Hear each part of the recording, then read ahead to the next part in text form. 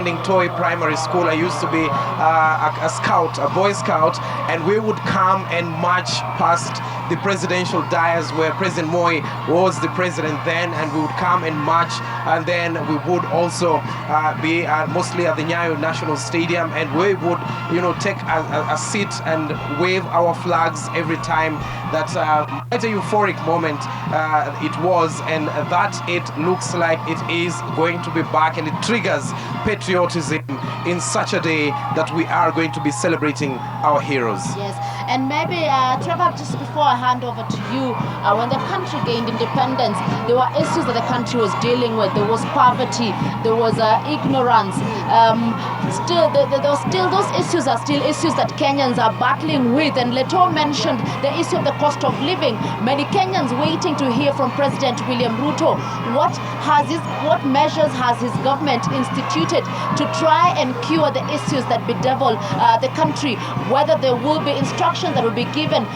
Since he took over office, there are a lot of measures that have been put in place in different sectors to try and deal, like for instance, the issue of drought and famine that is affecting many parts of the country. 23 counties hit. We've seen families in situations that have been very, very sad. We've seen our colleague Mashujaa Kapombe in different parts of the country painting the picture on the ground of what little children are going through.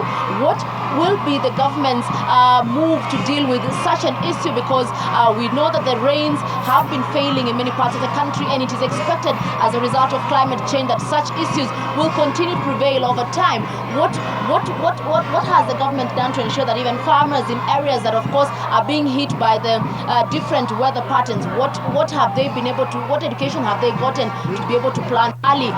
What is the government's intervention to the issue of the economy, the debt repayment? We saw yesterday the interview with the cabinet secretaries, the issue coming up on how the debts were gobbling up monies that would have been used for development. There are a lot of things that Kenyans are anticipating. What is the plan in terms of healthcare?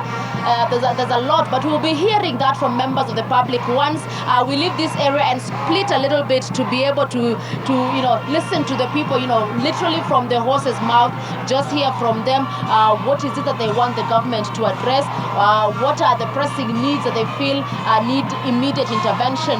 The issue of CBC, Hassan, I know you're a victim of that. Maybe touch on that as we hand over to Trevor.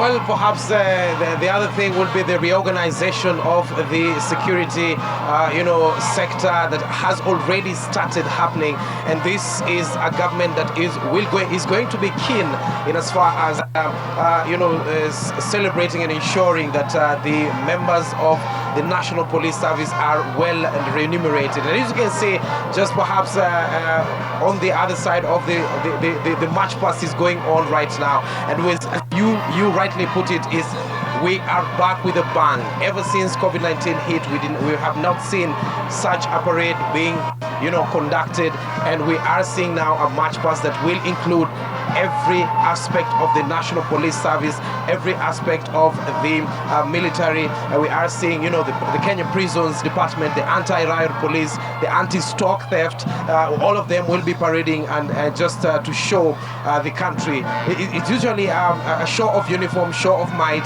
that even though we are being just faced by different security situations around the country, we have the capacity, and more is yet to come. If at all the nominee for interior position, Professor Kithure Kindiki's answers were anything to go by, more is yet to come in as far as security in this country is concerned. So, Trevor, we're waiting for that spectacle, but in a little bit we'll be splitting to be able to also listen to members of the public, just to ensure that we hear what is it that they expect President William Ruto to address in his speech, as of course he makes his maiden speech when it comes to, of course, the first national function that he has presided over, the first national celebration, which is of course Mashujaa Day. But Trevor, allow us to do a little bit of movement and of course interact a little bit with the people that have already arrived here, and we'll be able to come back to you a little bit later. Trevor, you and the panelists can take over. I go in there speaking to us live from the Uhuru Gardens where the celebrations are ongoing. You can almost feel the excitement from the people there. It's Mashujaa celebrations happening live at Uhuru Gardens.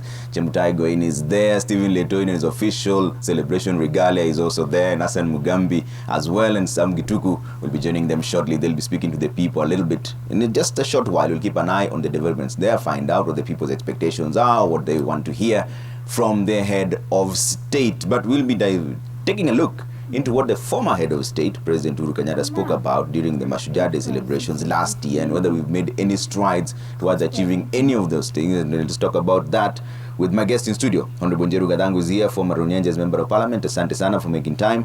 Dr. Fred Ogola, economics lecturer at Strathmore University, is also here. Thank you so much for making time. And Ambassador Koki Muli, lecturer at Southeastern University, is also with us here. Asante sana for making time. Ladies and gentlemen, let's start off with the president. Before we talk about the expectations for today, and Honorable Gadangu, I'll start with you on this. Last year, when the former president Uhuru Kenyatta was reading his Mashujaa Day speech, the first thing after his salutations was that at independence, the makers of our nation sought to secure a nation devoid of exclusion, disunity, and oppression.